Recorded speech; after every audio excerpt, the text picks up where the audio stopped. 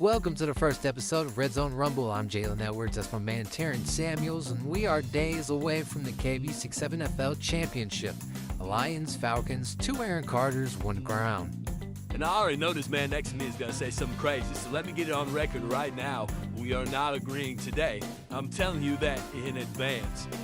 That's good. I don't want an agreement. I want the truth. And the truth is, this might be the biggest game in KB67 FL history. We're diving into what each team needs to do to win, who actually has the best offense and defense in the league, the MVP race, and yes, the GOAT Tyler Bennet. Is anybody even close? Plus, we're going to talk about the draft shakeup, year 3 veterans leaving, and 2 new teams rolling in next season, the Eagles and the Raiders. The league is about to flip. All right, let's get into this before you takes make my head hurt. Falcons 3-0, 21-0 versus the Bucks, 14-13 versus the Cowboys, 7-6 versus the Bears. The Lions are also 3-0, 15-4 versus the Giants, 21-14 overtime versus the Colts, 14-7 versus the Ravens. Terrence, who actually has the edge going into this championship game, what do they need to do? Bow, Falcons, easy, and I don't want to hear nothing about clutch or heart from you today. Jay, the Falcons have been the most complete team all year. Look at the rookie, Falcons Aaron Carter, 7 for 9, 250 passing yards, 4 touchdowns. He's never thrown a pick. 0, 0, 0. He's never thrown an interception. He's perfect in every... Hold on. No, I'm not going to hold on. Let me finish, you asked. I'm answering. Go ahead, continue that. What they got to do to win, number 1, keep him clean and keep it simple. Play action, shot plays to Scott Phillips and Rashad Taylor. You don't need him dropping back 8 times a drive. Number 2, feed Eric Coleman 6 carries, 130 yards, 2 rushing touchdowns plus a 75-yard receiving touchdown. That's a full cheat code if he touches the ball. If he gets the ball, good things happen. Number 3, let that defense close games. Scott Harris, Patrick Reed, Donovan Mitchell. We've seen him sacks, TFLs, 2-point stops versus the Cowboys. Just do that one more time. You done? I'm done for now. That's good, because you're looking at this like a stat sheet and not a fight. Brother. The Lions are built for chaos. That's playoff football. Lions Aaron Carter's 4 for 7, 195 yards, 2 touchdowns, 1 interception through the air, plus 5 rushes for 110 yards and 2 rushing touchdowns. He's not just running the offense, he's breaking the games. What they got to do, number 1, let Aaron Carter be a problem. Move the pocket, quarterback runs, play action boots, makes the Falcons chase him. Number 2, Chris Johnson needs 10-plus touches in that game. Rookie came in and gave you about 100-plus yards and 2 touchdowns on just 9 carries. That's crazy. He is the tone setter. Number 3, trust that secondary. Sean Taylor, Lamar Lewis. These dudes don't just cover, they end the seasons. Overtime pick 6 against the Ravens. Conference clinching interceptions. They live for the last drive moments. I understand your point, but you're acting like playing from behind every week is a plan. That's not a plan. That's a prayer. Look, if the game gets tight in the 4th quarter, you trust a team that's been living in those moments the entire time. That's the Lions. The Falcons haven't trailed yet. We don't even know how they act when somebody punches back. Because their first game against the Buccaneers, that's a full blowout. Every other game past that, they've never been behind. They've always either been in the lead or tied, for all I know. We're about to find out, and I'm telling you now, if the Falcons go up early, the Lions are cooked. Well, let's switch the segment here. After this season, all year 3 guys are going to be gone. The whole first generation of KB67 FL stars are leaving at one time. Which team is going to feel this the most, do you think? Honestly, I think it's the Lions. It's not even close. They're losing their wide receiver, David Brooks. Just won them the North title on a 75-yard walk-off. Their cornerback, Lamar Lewis, multiple huge interceptions, 40-yard returns, downhill tackler. And their D-lineman, Justin Thompson, veteran presence up front. And their kicker, Justin Walker, that's a reliable leg. He's made kicks this season. You know, and I hear that. You don't just replace your kicker in general. It's hard to make kicks in this league. You don't just replace your wide receiver 1 or your cornerback 1 and one of your leaders in the trenches. But at the end of the day, I do think you're wrong. I think it's the Buccaneers who gets hit the hardest. Listen, the Bucks are losing quarterback Jacob Turner. Dude has been everything. Season 1 run, medal games, big throws all over the place. Their wide receiver Isaiah Young, he's the main deep threat on the team. Their linebacker Garrett Barnes, that's a tackling machine right there. Playoffs, championship, all at that. And their D lineman Tyrone Davis, sacks, TFLs, fumble recoveries, man. Fumble recoveries. That's your entire original identity. Franchise quarterback, star, wide receiver, heart of the defense. When those four walk, that's not going to reload your team. That's going to be starting over. You're acting like the Lions are in the same boat, though. You lose Brooks and Lamar, arguably the best corner in the league. Your whole swagger of your team is gone. Yeah, you're saying that, but they still got, a dual threat Aaron Carter, and they got Chris Johnson. He's on a rookie deal, man. So, he still has some years left. You can draw talent to that. But the Buccaneers are going into a dark room trying to find a new quarterback. Well, other than that, let's talk about the Saints. I can start this one off for you. The Saints lose Ethan Hill, Xavier Davis, and Darrell White. Those are all year 3 players. That hurts. But they still got Tyler Bennet at year 2. As long as he's under center, they're going to be in the conversation.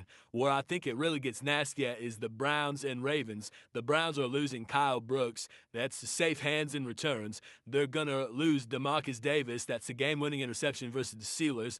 And Jamal Evans, their veteran D lineman. The Ravens are losing Marcus Lewis. That's the 65-yard slant touchdown in the North title. Like, come on now. They're going to lose Jamal Thompson. That's the heart of their defense. You strip those away, and both teams drop a tier if they whiff the draft. Let's not forget about the other teams either, especially the Cowboys and Steelers. The Cowboys lose Scott Anderson, Mike Johnson, Lamar Green. Steelers lose Brett Anderson and Brandon Davis. Those are teams that were this close, and now they got to rebuild the core. Listen, all I'm saying is the draft this offseason is not going to be best guy available. It's going to be who are we now? It's identity draft. Are you still the same team, or is this a full-blown reset? And guess what? All of this is happening while the Eagles and Raiders walk in the door to become new teams. Let's take a break here. We'll be right back with you on Red Zone Rumble after this.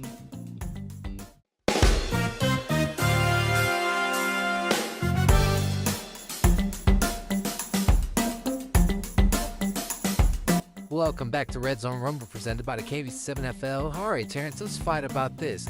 New blood coming into the league. Eagles and Raiders are coming in. Which one scares you the most? I think it should be the Eagles, no question. Pass-heavy offense in this league, with how some of these secondaries are built for run-first teams. If the Eagles nail the quarterback pick and they find a legit route technician at receiver, they might walk in and be a top 3 offense day one. That kind of sounds like malarkey. I think it's the Raiders. That should scare everybody. That's a smash-mouth downhill. We're running it even if you know it's coming. We've already seen what's power run look like with teams like the Lions and Bears. Now imagine a team that's committed to that identity every snap.